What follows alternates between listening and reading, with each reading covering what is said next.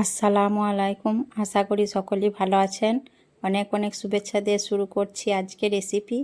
আজকে আমি নিয়ে এসেছি যারা শুটকি খেতে ভালোবাসেন তাদের জন্য খুব একটি মজাদার রেসিপি, চিচিঙ্গা, গাঁটি কচু, আলু দিয়ে নোনা শুটকির রান্না। আর এই রান্নাটি খেতে খুবই ভালো লাগে, খুবই সুস্বাদু একটি রান্না। তো চলুন দেখে নেওয়া যাক আমি রান্নাটা কিভাবে করি। তো এখানে আমার রান্নার জন্য যা যা লাগছে, এখানে আমি একটা চিচিঙ্গা নিয়েছি, আর চিচিঙ্গাটা একটু মোটা মোটা করে কেটে নিয়েছি আর ধুয়ে পরিষ্কার করে নিয়েছি। এখানে আমি দুটো ছোটো সাইজের আলু নিয়েছি, আর এখানে আমি দুটো মাঝারি সাইজের গাঁটি কচু নিয়েছি, দুটো মাঝারি সাইজের পেঁয়াজ কুচি, আর এখানে একটা আমি নিয়েছি নোনা শুটকি ছোটো সাইজের। তো এগুলি আমার রান্নার জন্য লাগছে। আর এখানে আমি একটা মশলা বেটে নিয়েছি। এখানে আছে 1 চামচ গোটা জিরে, গোটা ধনে আর 1.5 চামচ কালো সর্ষে। আমি এগুলো একসঙ্গে বেটে নিয়েছি। তো চলুন রান্নার দিকে যাওয়া যাক। রান্নার জন্য আমি গ্যাসটা জ্বালিয়ে কড়াটা চাপিয়ে দিয়েছি। এখন দিয়ে দিচ্ছি সর্ষের তেল। খুন্তি দিয়ে তেলটা একটু কড়াইয়ের মধ্যে ছড়িয়ে দিচ্ছি। তেলটা খুব ভালোভাবে গরম হয়ে গেছে। এখন আমি কুচিয়ে রাখা পেঁয়াজটা দিয়ে দিচ্ছি, আর পেঁয়াজটা দিয়ে আমি বেশ কিছুক্ষণ একটু নাড়াচাড়া করে নেব।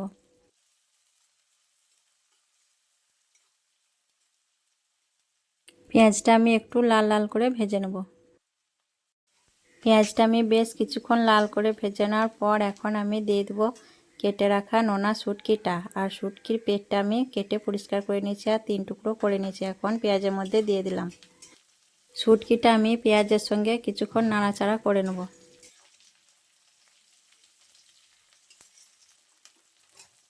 শুটকিটা একটু ভেজে নেওয়ার পর এখন দিয়ে দিচ্ছি কেটে রাখা আলুগুলো আর গাঁটি কচুগুলো।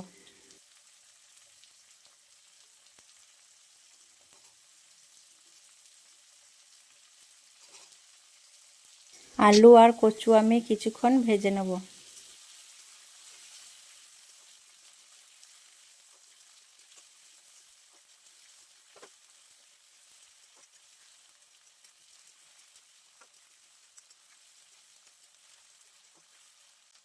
আলু কচু বেশ কিছুক্ষণ ভেজে নেওয়ার পর এখন আমি বেটে রাখা মশলাটা দিয়ে দিচ্ছি।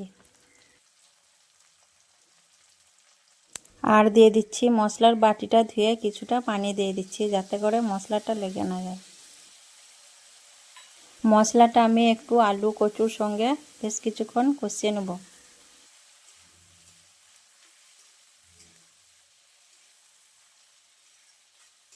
মশলাটা বেশ কিছুক্ষণ কষিয়ে নেওয়ার পর আমি দিয়ে দিচ্ছি 1/2 চামচ নুন, 1/2 চামচ হলুদের গুঁড়ো, 1 চামচ লঙ্কার গুঁড়ো। একটু ঝাল ঝাল খাবো তাই 1 চামচ লঙ্কা গুঁড়ো দিয়ে দিলাম। আর মশলাগুলো আবারও আমি সব ভালোভাবে কষিয়ে নেব।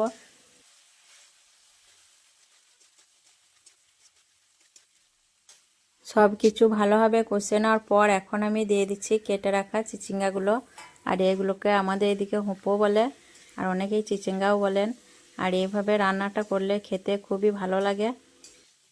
আবারও আমি বেশ কিছুক্ষণ ভালোভাবে কষিয়ে নেব।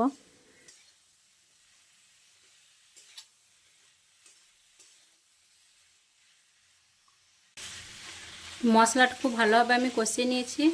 এখন আমি সেদ্ধ হওয়ার জন্য পানি দিয়ে দিচ্ছি।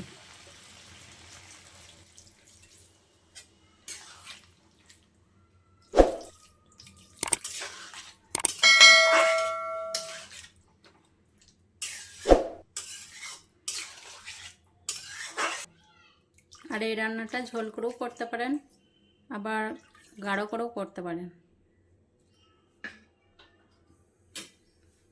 আমি আর পানি দিচ্ছি না, এই পানির মধ্যে হয়ে যাবে। আলু কচু চিচিঙ্গা সেদ্ধ হয়ে যাবে আর ঝোলটাও কিছুটা কমে যাবে।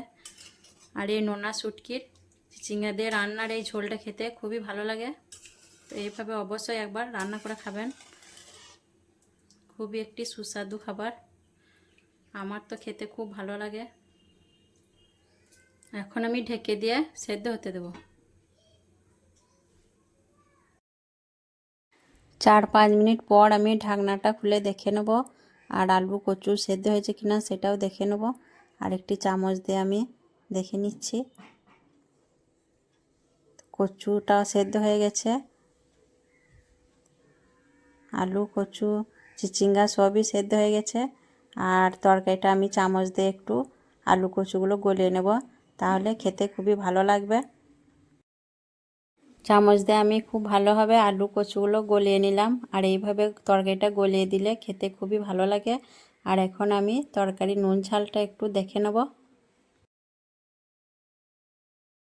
তো তরকারি নুন ঝালটা ঠিকঠাকই আছে, একটু ঝাল ঝাল হয়েছে, খেতে খুবই মজার হয়েছে। তো আশা করছি যে সকল বন্ধুরা শুটকি খেতে ভালোবাসেন তাদেরকে অবশ্যই আজকে রেসিপিটি ভালো লাগবে। আর কেমন লেগেছে অবশ্যই কমেন্টে জানাবেন।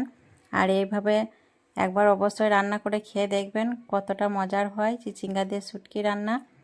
আর ভালো লাগলে আমার চ্যানেলটিকে সাবস্ক্রাইব করে আমার পাশে থাকবেন। আসবো আবার পরের ভিডিওয় অন্য কোনো রেসিপি নিয়ে। ততক্ষণে সকলে ভালো থাকবেন, সুস্থ থাকবেন। আল্লাহ হাফেজ।